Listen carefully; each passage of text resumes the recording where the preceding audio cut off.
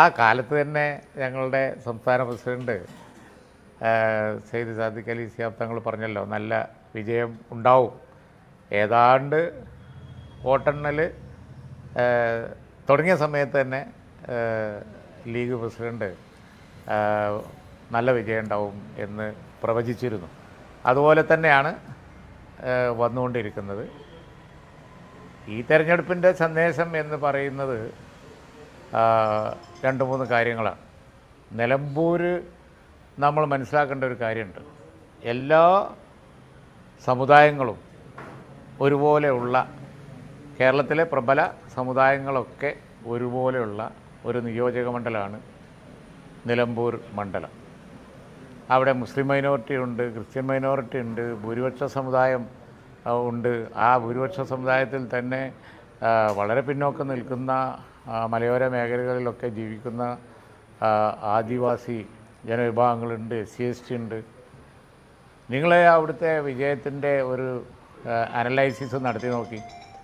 എല്ലാ മേഖലയിലും UDF മേൽക്കൈ ഉണ്ട്. നിലമ്പൂർ മുനിസിപ്പാലിറ്റിയിൽ പോലും നല്ല മേൽക്കൈ ഉണ്ട്. അതാണല്ലോ ഇപ്പോൾ കൂടുതൽ പറയുന്നത്. മുനിസിപ്പാലിറ്റി ഞങ്ങളുടെയാണെന്ന് നമുക്ക് ഇടതുപക്ഷം പറഞ്ഞുകൊണ്ടിരുന്നു. അപ്പോൾ നോക്കൂ, ഈ വർഗീയത ഒക്കെ വളരെയധികം പറയുന്ന ആളുകൾക്ക് നിലമ്പൂർ ഒരു പാടാണ്. ജാതി മത അടിസ്ഥാനത്തിലൊന്നും കേരളത്തെ വിഭജിക്കാൻ കഴിയില്ല.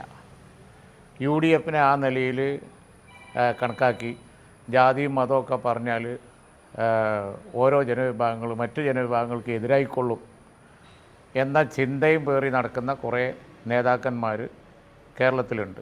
അവർക്കൊക്കെ ഒരു പാടാണിത്. മതേതര കേരളത്തെ അണ്ടർ എസ്റ്റിമേറ്റ് ചെയ്യേണ്ട എന്നാണ് നിലമ്പൂർ തെരഞ്ഞെടുപ്പ് കാണിക്കുന്നത്. നിലമ്പൂർ ഞാൻ പറഞ്ഞല്ലോ, കേരളത്തിൻ്റെ മതേതര സമൂഹത്തിൻ്റെ ഒരു പരിച്ഛേദനമാണ് നിലമ്പൂർ. എല്ലാവരുമുള്ള ഒരു മണ്ഡലമാണ്. അങ്ങനെയുള്ള മണ്ഡലത്തിലാണ് എല്ലാ ദുഷ്പ്രചരണങ്ങളുണ്ടായിട്ടും UDF മേൽക്കൈ നേടിയത്. ഭരണവിരുദ്ധ വികാരം ഉണ്ട് എന്നുള്ളതാണ് രണ്ടാമത്തെ കാര്യം.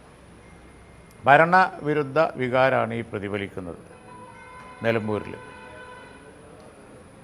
അതാണ് എല്ലാവരും ഒരുപോലെ വോട്ട് ചെയ്യുന്നത്. അവിടെ ഞാൻ പറഞ്ഞ ഈ ജാതിമത അളവ് പോലെ പ്രകടമാണ്. എല്ലാ മേഖലയിലും എല്ലായിടത്തും UDF മേൽക്കൈ നേടിയിരിക്കുകയാണ്. അപ്പോൾ അതുകൊണ്ട് തന്നെ ഇനി കേരളത്തിൽ ഉണ്ടാവാൻ പോകുന്ന ഇലക്ഷൻ റിസൾട്ടിൻ്റെ ഒരു സൂചനയാണ് നിലമ്പൂർ. അതുകൊണ്ടാണ് നിലമ്പൂർ ഉപതെരഞ്ഞെടുപ്പിന് ഒരു 8 മാസത്തേക്കുള്ള ഒരു തെരഞ്ഞെടുപ്പ് എന്നുള്ളതിൽ കവിഞ്ഞ പ്രാധാന്യം നിലമ്പൂരിനുണ്ട് എന്ന് ഞങ്ങളൊക്കെ പറയാനുള്ള കാരണം അതാണ്. ഒരുപാട് പ്രചരണങ്ങൾ കേരളത്തിൽ നടക്കുന്നുണ്ടല്ലോ. സാമൂഹ്യ സാംസ്കാരിക സംഘടനകളെ കേന്ദ്രീകരിച്ച് അത് ലീഗിനെതിരാണ്, ലീഗിന് അനുകൂലമാണ് എന്നൊക്കെ പറഞ്ഞുകൊണ്ടുള്ള വലിയ പ്രചരണം. ഞാൻ അതിൻ്റെ ഡീറ്റെയിൽസിലേക്കൊന്നും പോകണില്ല. പൊന്നാനി തെരഞ്ഞെടുപ്പിലും ഞങ്ങൾ കഴിഞ്ഞപ്പോൾ ഞങ്ങളത് പറഞ്ഞിരുന്നു. സാമൂഹ്യ സാംസ്കാരിക രംഗത്ത് പ്രവർത്തിക്കുന്ന സംഘടനകളെയൊക്കെ ഞങ്ങൾ അങ്ങേയറ്റം ബഹുമാനിക്കുകയും അവരുടെ സ്പേസ് അവർക്ക് അനുവദിച്ച് അവർക്ക് പിന്തുണ കൊടുത്ത് അവർ വിദ്യാഭ്യാസ സ്ഥാപനങ്ങൾ സ്ഥാപിക്കുക, നടത്തുക എന്നൊക്കെ പറഞ്ഞ കാര്യങ്ങളിൽ, അതുപോലെ തന്നെ മതരംഗത്ത് മതവിദ്യാഭ്യാസത്തിൽ ഒക്കെ അങ്ങേയറ്റത്തെ പിന്തുണ കൊടുത്തുകൊണ്ടാണ് ലീഗ് പ്രവർത്തിച്ചിട്ടുള്ളത്. പക്ഷേ ലീഗ് ഒരു മതേതര സംഘടനയാണ്. അപ്പോൾ അതുകൊണ്ട് തന്നെ കേരളത്തിലെ മുഴുവൻ സമൂഹത്തെയാണ് ഞങ്ങൾ കാണുന്നത്. അപ്പോൾ അതുകൊണ്ട് ഈ കാര്യങ്ങളൊന്നും പ്രതിഫലിക്കൂല. ഇലക്ഷനിൽ പൊളിറ്റിക്കലായിട്ട് ജനങ്ങൾ കാണുള്ളൂ. ആ കാണുന്നത് തന്നെ ജനകീയ പ്രശ്നങ്ങളിൽ ഊന്നിയായിരിക്കും അവർ വോട്ട് ചെയ്യുക എന്ന് ഞങ്ങൾ പറഞ്ഞത് ഇവിടെ തെളിയാണ്. അടുത്ത നിയമസഭാ തെരഞ്ഞെടുപ്പിൽ UDF നല്ല വിജയം നേടും എന്നുള്ളതിൻ്റെ സൂചനയാണ് നിലമ്പൂർ തെരഞ്ഞെടുപ്പ്. അതാണ് ഈ സംബന്ധിച്ച് എനിക്ക് പറയാനുള്ളത്. ഉണ്ടല്ലോ, ലീഗ് പ്രതീക്ഷിച്ച ഭൂരിപക്ഷം എന്ന് പറഞ്ഞു കഴിഞ്ഞിട്ടുണ്ടെങ്കിൽ ഇപ്പം നിങ്ങൾ പറഞ്ഞുകൊണ്ടിരിക്കുന്നത് അൻവർ വോട്ട് പിടിക്കുന്നതും അതുപോലെ തന്നെ മറ്റുള്ള സ്വതന്ത്ര സ്ഥാനാർത്ഥികൾ വോട്ട് പിടിക്കുന്നതുമാണല്ലോ. അത് എല്ലായിടത്തും പിടിക്കുന്നുണ്ടല്ലോ. അപ്പോൾ അതിൻ്റെ അർത്ഥം എന്ത് ആണെന്ന് വെച്ചിട്ടുണ്ടെങ്കിൽ ഞങ്ങൾ ലീഗായാലും UDF ആയാലും പറഞ്ഞുകൊണ്ടിരുന്നത് ജനകീയ പ്രശ്നങ്ങൾക്ക് അവിടെ പ്രാമുഖ്യം വരും എന്നാണ്. അതാണല്ലോ അവിടെ തെളിഞ്ഞുകൊണ്ടിരിക്കുന്നത്. വെള്ളാപ്പള്ളി മാധ്യമങ്ങളെ കണ്ടപ്പോൾ ഇപ്പോൾ പറഞ്ഞത് ലീഗ് മുസ്ലിം വികാരം അഴിച്ചു വിട്ടുമെന്ന് പറയുന്നുണ്ട്. അതിന്റെ പ്രതികരണം എന്താണ്? അതിനുള്ള ഞാൻ ആരെയും പേരൊന്നും പറയുന്നില്ല. പക്ഷേ ആ വക വിഷലിപ്തമായ പ്രചരണങ്ങൾ ആര് നടത്തിയാലും അത്തരം ലീഗ് അയച്ചുവിടുന്ന ഒരു വികാരമേ ഉള്ളൂ, അത് മതേതര വികാരമാണ്, മതസൗഹാർദ്ദത്തിൻ്റെ വികാരമാണ്. പാണക്കാട് തങ്ങന്മാർ എന്നും അയച്ചു വിട്ടിട്ടുള്ള സന്ദേശം ബാബരി മസ്ജിദിൻ്റെ തകർച്ചയ്ക്ക് ശേഷം ഉണ്ടായ സന്നിഗ്ധ ഘട്ടത്തിൽ പോലും ഞങ്ങൾ അതേ പറഞ്ഞിട്ടുള്ളൂ. വൈകാരികമായ വളരെ വലിയ മുഹൂർത്തം വന്നപ്പോൾ ബാക്കിയുള്ളവരൊക്കെ വർഗീയത പറയാൻ തുടങ്ങിയപ്പോഴും ഞങ്ങൾ സൗഹൃദമാണ് പറഞ്ഞത്. അതിലൊന്നും യാതൊരു സംശയവും വേണ്ട. പക്ഷേ ഞാൻ പറഞ്ഞില്ലേ, ജാതിവികാരം ഊതി വീർപ്പിക്കുന്നതിന് ഒരു പ്രസക്തിയും കേരളത്തിലില്ല എന്നുള്ളതിനുള്ള ഒരു വലിയ തെളിവ് കൂടിയാണ് നിലമ്പൂർ. ഈ ചില മൂഢവിശ്വാസം കേരളത്തിൽ, ഹിന്ദുവിൻ്റെ വോട്ട് ഹിന്ദുവിന്, മുസ്ലിമിൻ്റെ വോട്ട് മുസ്ലിമിന്, ക്രിസ്ത്യാനിൻ്റെ വോട്ട് ക്രിസ്ത്യാനിക്ക്, അതല്ല എന്നുള്ളതും കൂടി നിലമ്പൂർ തെളിയിക്കുന്നുണ്ട്.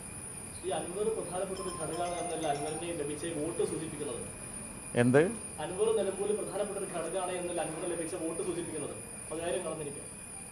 അല്ല, അൻവറിന് കൂടുതൽ വോട്ട് കിട്ടി. അത് ഞങ്ങൾ ഇനിയിപ്പോൾ UDF പാർട്ടി 20 അല്ലേ സലാമയുടെ 27 പാർട്ടി ഉണ്ട്. എല്ലാ കാര്യങ്ങളും ഡീറ്റെയിൽ ആയിട്ട് ഞങ്ങൾ ചർച്ച ചെയ്യട്ടെ. തങ്ങളുടെ ഒരു സൗകര്യം ഇനി 27 ഉള്ളൂ. അപ്പോൾ അതുകൊണ്ട് 27 പാർട്ടി കമ്മിറ്റി കൂടുന്നുണ്ട്. അതിനുശേഷം UDF ചർച്ച ചെയ്യട്ടെ. ജനാധിപത്യപരമായ ആ സമീപനം എടുക്കാൻ നമുക്ക് അതല്ലേ നല്ലത്.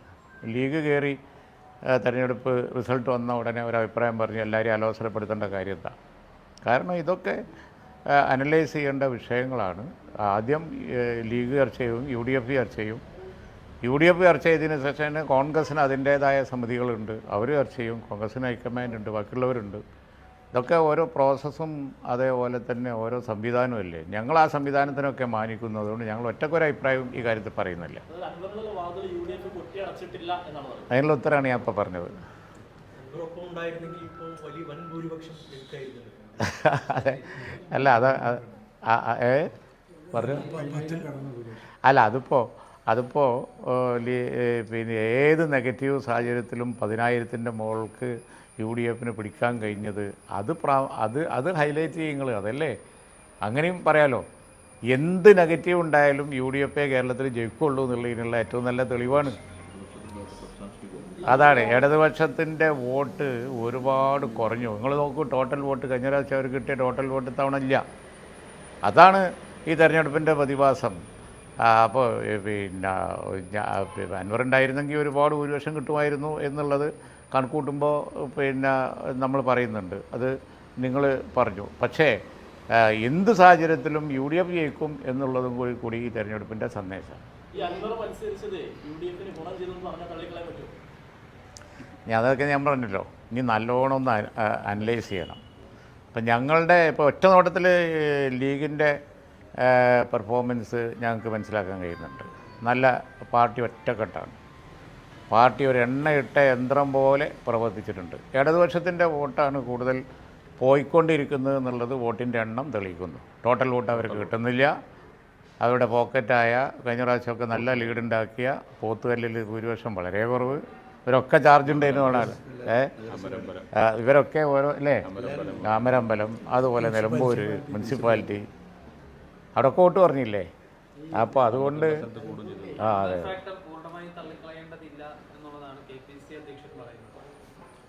അല്ല അത് ഞാൻ പറഞ്ഞല്ലോ, ഇനി കോൺഗ്രസിൻ്റെ അഭിപ്രായം വരും, ലീഗിൻ്റെ അഭിപ്രായം വരും. ഞങ്ങളെല്ലാവരും കൂടി ആലോചിച്ചതിന് ശേഷം അതിലൊരു അഭിപ്രായം പറയാം.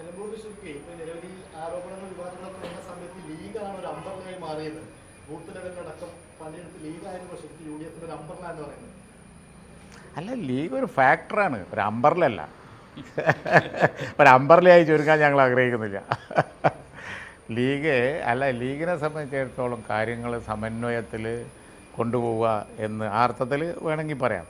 സമന്വയിപ്പിച്ച് കൊണ്ടുപോകാൻ ഞങ്ങളുടേതായ ഇവരൊക്കെ സംസ്ഥാന നേതാക്കളാണ്. അതുപോലെ തന്നെ ഞങ്ങളിപ്പോൾ സംസ്ഥാന സെക്രട്ടറി, അതുപോലെ സെക്രട്ടറിമാർ, MLA-മാർ, അങ്ങനെ എല്ലാവരും അവിടെ അധ്വാനിച്ച് ജോലി ചെയ്ത് എന്താണെന്ന് വെച്ച് കഴിഞ്ഞിട്ടുണ്ടെങ്കിൽ പാർട്ടിയുടെ തീരുമാനമാണ്. പാർട്ടി പ്രസിഡന്റ് തീരുമാനം പ്രഖ്യാപിച്ചാൽ പിന്നെ കാൻഡിഡേറ്റ് ആരാണെന്നുള്ള നോട്ടോ അല്ലെങ്കിൽ എതിരായി മത്സരിക്കുന്നത് ആരാണെന്നുള്ള നോട്ടോ അതൊന്നും ലീഗിനെ സംബന്ധിച്ചിടത്തോളം ഉണ്ടാവാറില്ല. ഇപ്പോൾ നിങ്ങൾ മനസ്സിലാക്കേണ്ട ഒരു സംഗതി, ഇപ്പോൾ അടുത്ത കാലത്ത് കേരളം ചർച്ച ചെയ്യണ ഞങ്ങൾക്കൊക്കെ എതിരായിട്ടുള്ള ഒരുപാട് നെഗറ്റീവ് സംഗതികളുണ്ടല്ലോ.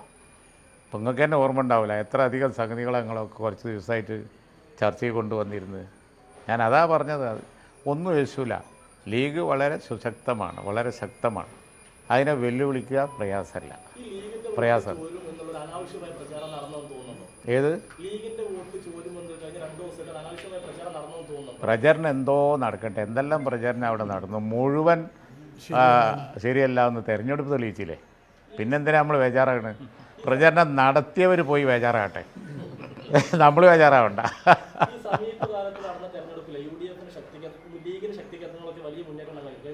എക്സാമ്പിൾ പൊന്നാനിയിലൊക്കെ വലിയ മുന്നേറ്റം, നിലമ്പൂരിൽ സമാനമായ രീതിയിൽ ഒരു മുന്നേറ്റം ഉണ്ടാക്കുന്നു. അപ്പോൾ ചില ലീഗുമായി ചേർത്ത് പ്രവർത്തിച്ചിരുന്ന ചില ആളുകൾ ചില പ്രചാരണമൊക്കെ നടത്തിയിട്ടുണ്ടായിരുന്നു പൊന്നാനിയിലും ചെറിയ തോതിൽ നിലമ്പൂരിലൊക്കെ. അപ്പോൾ അതൊന്നും ഒരു കാര്യമില്ല എന്നുള്ളതാണോ ഇത് വരുമ്പോൾ മനസ്സിലാവുന്നത്? അല്ല, ആര് പ്രചരണം നടത്തിയാലും ലീഗിൻ്റെ ശക്തി ചോരുന്നുണ്ട് എന്ന് പറയുന്നത് 100% തെറ്റാണ് എന്ന് ഈ തെരഞ്ഞെടുപ്പ് തെളിയിക്കുന്നുണ്ട്.